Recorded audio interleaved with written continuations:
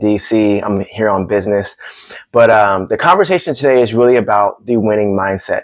And so many times I've talked about the mindset, how important it is, just the way you think, and etc. So just to start this off with, track and field is a sport where they say it's an individual sport.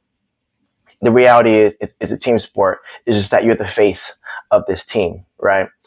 This team being you, your actual body, your spiritual self, your physical self, and so much more, right? This team is working together because you're going to have your internal self, which is speaking. You're going to have your physical body, which is doing the do's of what your mind is saying. And then you have all these external factors, right? You have your teammates, you have your competitors, you have the event itself, etc. So we're going to start with the first part of this team, and it comes down to your consciousness, right? So I'm a big believer that everything stems from our consciousness, and our performance is based off of our conscious thoughts. So here's how it breaks down. When I was in high school, I didn't know what I was doing. Like, I just performed. I was a good athlete. But that was that, right? So I was on a good team already. But then when it came down to my mentality is I truly believed other people's viewpoints and perspectives. So when my coaches told me, wow, you're pretty good, you're going to be one of the state's best, I believed them. And so my mentality was to think as if I was trying to fit into what they wanted me to do, right? They were my coaches. Back in the day, or even now, there are many athletes that say, I'm going to do exactly what my coach says, to my hardest ability, to my best ability. And they perform that exact thing, right? Football is a great sport of that. They just do exactly what they're told to do. In track and field, you have a lot of control over what you can and can't do. And at that time, I was 100% on this space of I'm going to do exactly what it is that I'm being told to do. So when I was told to do a certain form, I did that form, all right?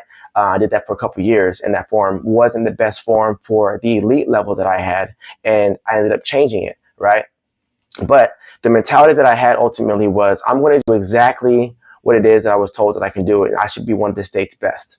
So when it comes down to this, not all athletes are going to have this type of coach that is going to believe in them and tell them exactly what they can do. There are a lot of coaches that think outside the box, like myself. And then there are also coaches that are just realistic, right? And then other coaches who just are very fearful and doubt a lot. They're people. So we can't judge them for thinking the way that they think, but we can let them know, like, hey, I think this way, you think that way. Well, which one is going to benefit you, the athlete, the best? Are you okay with being realistic? Or are you actually wanting more out of yourself? You decide that. And who decides that internally? It's your conscious self, right? So when I was 17, I told myself, like, I want to be good. And I said this, again, only because the coaches said that. Now, if the coaches didn't say that, I probably wouldn't have said that. But the fact that I decided, yes, I'm going to receive what the coaches are saying, and then I'm going to perform at that ability, I ultimately decided that I was going to take their word for myself and perform at that level. Now, what if I would have had a coach that said, you're not going to be as good?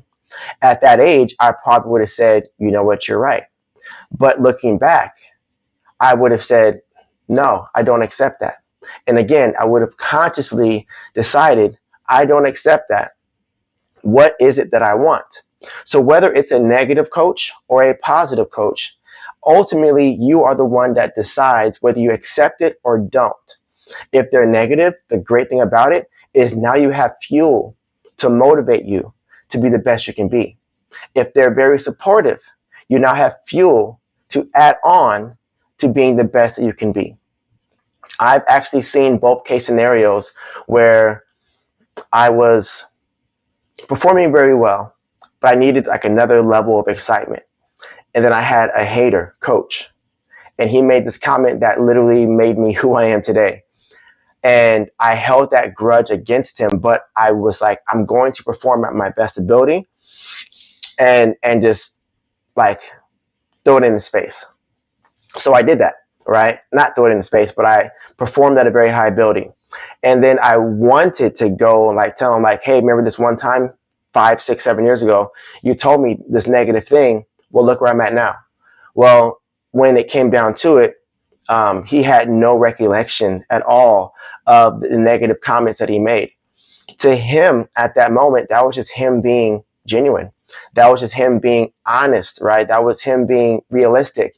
However, his realistic mindset and my faith in myself and my belief in my dreams clashed, and I took it personally. Well, I shouldn't have, because that was just his perspective.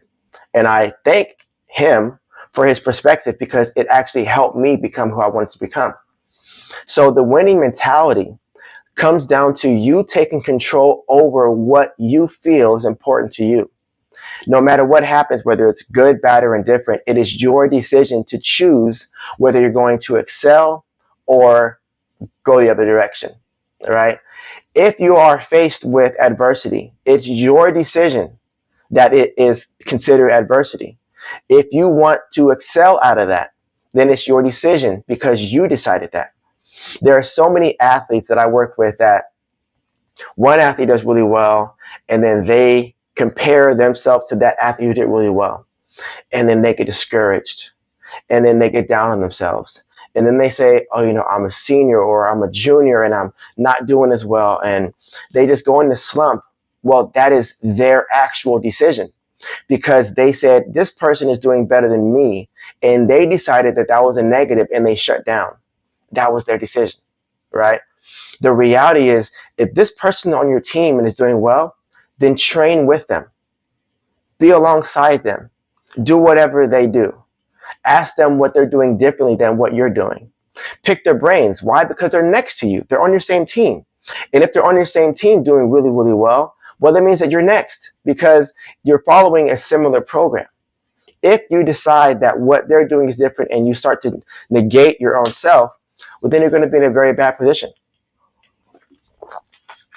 So all in all, what I'm saying to you is the winning mentality is to take control over your thoughts.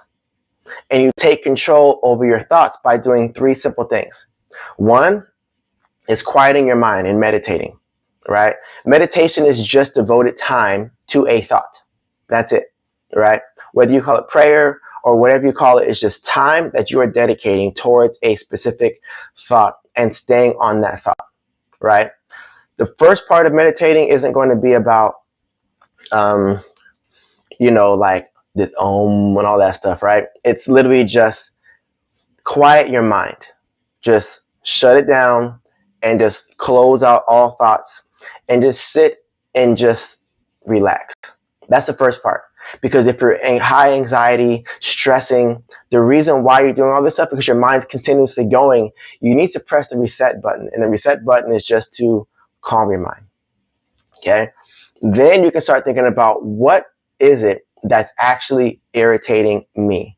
What is making me feel the way that I feel? What is it that I truly want? Right? Those levels of questions are things you can ask yourself once you've quieted your mind, and then those ideas and thoughts and internal conversations will play. Okay? The next layer of this winning mentality is just to do something every single day that's in favor of your goal.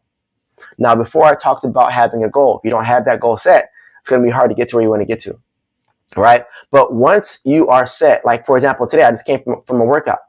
I was not motivated to work out today, right? But I told myself I have these specific goals and I'm going to get there. Well, I wanted to do this hard, challenging workout and I just didn't feel like it. So what did I do? I did a workout and I stretched. I still moved. I'm still moving forward towards my goal versus moving backwards. Did I take a big jump and bound towards that goal today? I don't think so. But did I move forward? Yes, I did. If I continuously move forward every single day, I'm going to get to that goal regardless. Right? There's a quote that somebody said, something along the lines of, if you take 1 grain of sand out of like the beach or whatever, you'll eventually have no beach. And the reality is that's true. Just one little piece. You don't have to come in with a bulldozer and knock things out, right? Just take one piece at a time. Just progressively move forward each day. The last part that I think is very important for winning mentality is to be ahead of the event. And this is what I mean. So let's say I have a track meet coming up and I have no idea how I'm going to perform, right? Um, I'm behind the event. And if I perform poorly, I'm reacting to the event. That means I'm behind it.